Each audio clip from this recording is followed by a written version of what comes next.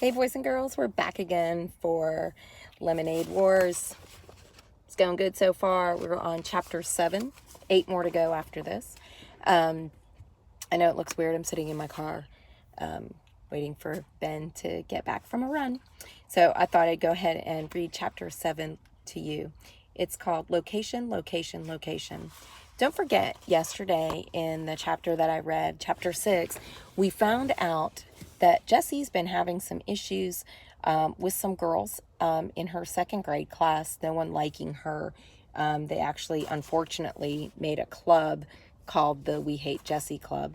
She was also having a hard time kind of understanding why Carly was acting the way that she was towards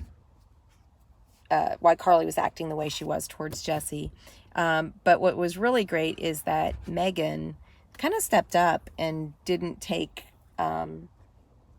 really take it from Carly, like wanting to just be with Jessie instead of with Carly. She ended up realizing that she did have fun with Jessie, and that I really do think that she wants to be her friend. She also found out that Evan is much further ahead of her in the Lemonade War. He's already made $45, and Jessie and Megan didn't make much money. So that was another problem that they had. And so in this chapter, I want you to pay close attention. It's going to focus more around Evan this time. As you can tell, we're kind of going back and forth between the two main characters. And so we're going to focus on him a little bit more today. I want you to be looking out for the word gimmick. If you know what a gimmick is, feel free to write it down. You're going to do your Foursquare again like we do each day with these. So let's go ahead and get started. This is called Chapter 7, Location, Location, Location. Location is a noun, real estate term that refers to the position of a piece of real estate as it relates to the value of that real estate. Evan was in trouble. So far, he'd earned $47.11, which is more money than he had ever had in his whole life. But today was Friday. There were only 3 days left, 3 days to beat Jessie. He needed to earn almost $53 to win the bet, and that meant each day he had to earn, Evan tried to do the math in his head, 53 divided by 3. 53 divided by 3. His brain spun like a top. He didn't know where to begin. He went to his desk, pulled out a piece of paper, his basketball schedule from last winter, and flipped it over to the back. He found the stub of a pencil in his bottom desk drawer, and on the paper he wrote, 53 divided by 3 equals. Evan has a little bit of a problem. Although he is going into the 4th grade, he's not quite sure he knows his multiplication and division facts as well as his sister does. Remember, she's kind of a math genius. He stared and stared at the equation on the page. The number 53 was just too big. He didn't know what to do. Jessie would know, he muttered, scribbling hard on the page. Jessie could do long division. Jessie had her multiplication facts memorized all the way up to 14 times 14. Jessie would look at the problem like this and just do it in her head. Snap. Evan felt his mouth getting tight, his fingers gripping the pencil too hard as he scribbled a dark storm cloud on the page. His math papers from school were already covered in X's. Nobody else got as many X's as he did. Nobody. Draw a picture, Mrs. DeFazio's voice floated in his head. Sounds like somebody else you know? Telling you, when in doubt, draw it out? She had always reminded him to draw a picture when he couldn't figure out how to start a math problem. A picture of what? He asked in his head. Anything, came the answer. Anything, yes, anything, as long as there are 53 of them. Dollar signs. Evan decided to draw dollar signs. He started to draw 3 rows of dollar signs. 1, 2, 3. He counted as he drew. 4, 5, 6. He drew. And I'll even show you this. It has a little bit of a picture in it.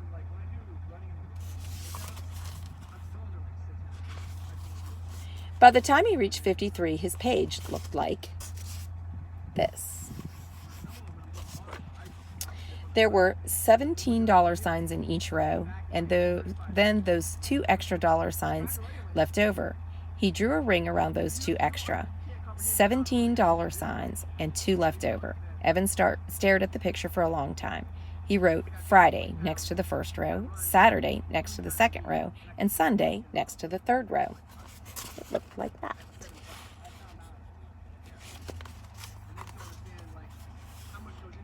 Evan looked at the picture. It started to make sense. He needed to make $17 on Friday, $17 on Saturday, and $17 on Sunday. And somewhere over 3 days, he needed to make $2 extra in order to earn $53 by Sunday evening. Jump in his chest. He had done it. He had figured out the 53 divided by 3. That was a 4th grade problem. That was fourth grade math. And he hadn't even started 4th grade. And no one helped him. Not Mom, not Grandma, not Jessie. He'd done it all by himself. It was like shooting the winning basket in double overtime. He hadn't felt this good since the Lemonade War began. What a great sense of accomplishment for him. But $17 a day? How was he going to do that? Yesterday, he made $45, but that was because he had help and free supplies from his friends. They weren't going to want to run a lemonade stand every day, especially on the last days of summer vacation. He needed a plan, something that would guarantee good sales. Could there be a problem there? The weather was holding out, that was for sure. It was going to hit 95 degrees today, a real scorcher. People would be thirsty, all right. Evan closed his eyes and imagined a crowd of thirsty people all waving dollar bills at him. Now, where was he going to find a lot of thirsty people with money to spend? An idea popped into Evan's head. Yep, it was perfect. He just needed to find something with wheels to get him there. It took Evan half an hour to drag his loaded wagon to the town center, a distance he usually traveled in less than 5 minutes by bike. But once he was there, he knew it was worth it. It was lunchtime, and the shaded benches on the town green were filled with people sprawling in the heat.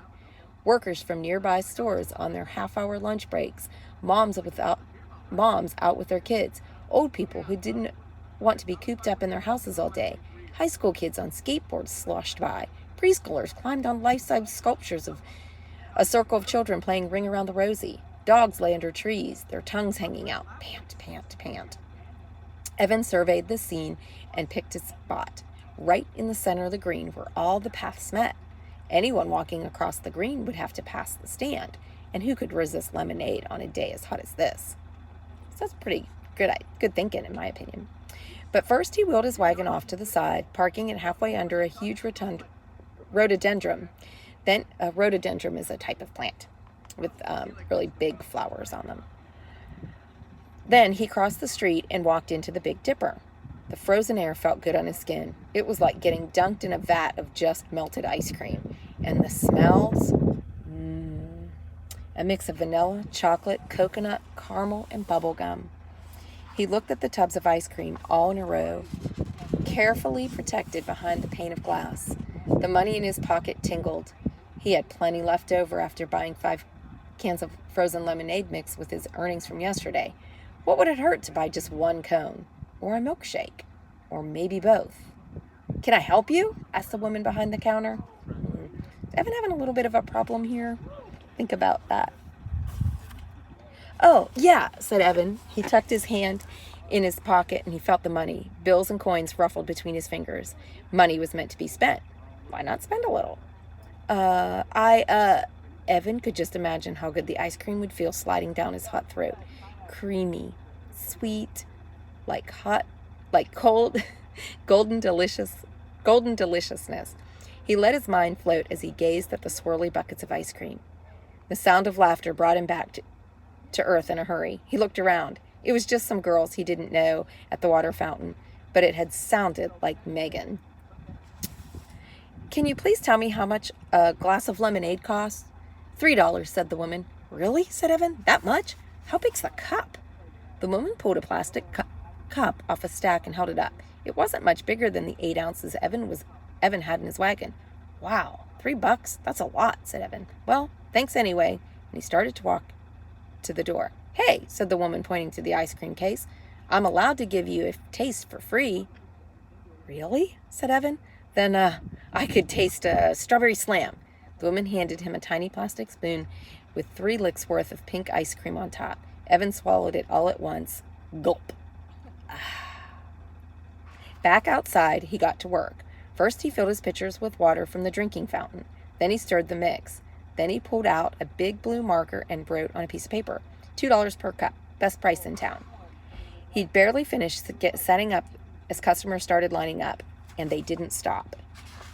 For a full hour, he poured lemonade. The world is a thirsty place, he thought as he nearly emptied his fourth pitcher of the day, and I'm the lemonade king. Later, Evan would think of something his grandma said. Pride goeth before a fall. When Evan looked up, there was Officer Ken. His hands were on his hips, looking down at him. Evan gulped. He stared at the large holster gun strapped to Officer Kent's belt. Hello, said Officer Kent, not smiling. Hi, said Evan. Officer Ken did a bike rodeo every year at Evan's school. He was also the cop who had shown up last fall when there was a hurt goose at the recess field. Officer Ken was always smiling. Why wasn't he smiling now? Evan wondered. You have a permit? Asked Officer Ken. He had a very deep voice, even when he talked quietly, like he did now. You mean like a bike permit? That's what the rodeo was all about. If they passed the rodeo, the third graders got bike permits, which meant they were allowed to ride to school. No, I mean a permit to sell food and beverages in a public space. You need to get a permit from town hall and pay the fee for the privilege. Pay the town hall to run a lemonade stand? Was he kidding? Evan looked at Officer Ken's face. He didn't look like he was kidding. Kind of a problem for Evan, don't you think? I didn't know I needed one, said Evan. Sorry, friend, said Officer Ken. I'm going to have to shut you down. It's the law. But there are lemonade stands all over town, said Evan. He thought of Jesse's and Megan's lemonade stand. When he wheeled by with his wagon more than an hour ago, their stand looked like a beehive with small kids crowding around. He had read the sign over their stand. Free face painting, nail polishing, hair braiding. What a gimmick. Hey, that's your word today, gimmick. What a gimmick. But it sure looked like it was working. You know, said Evan, there's a stand on Damon Road right now. You should go bust them. Officer Ken smiled.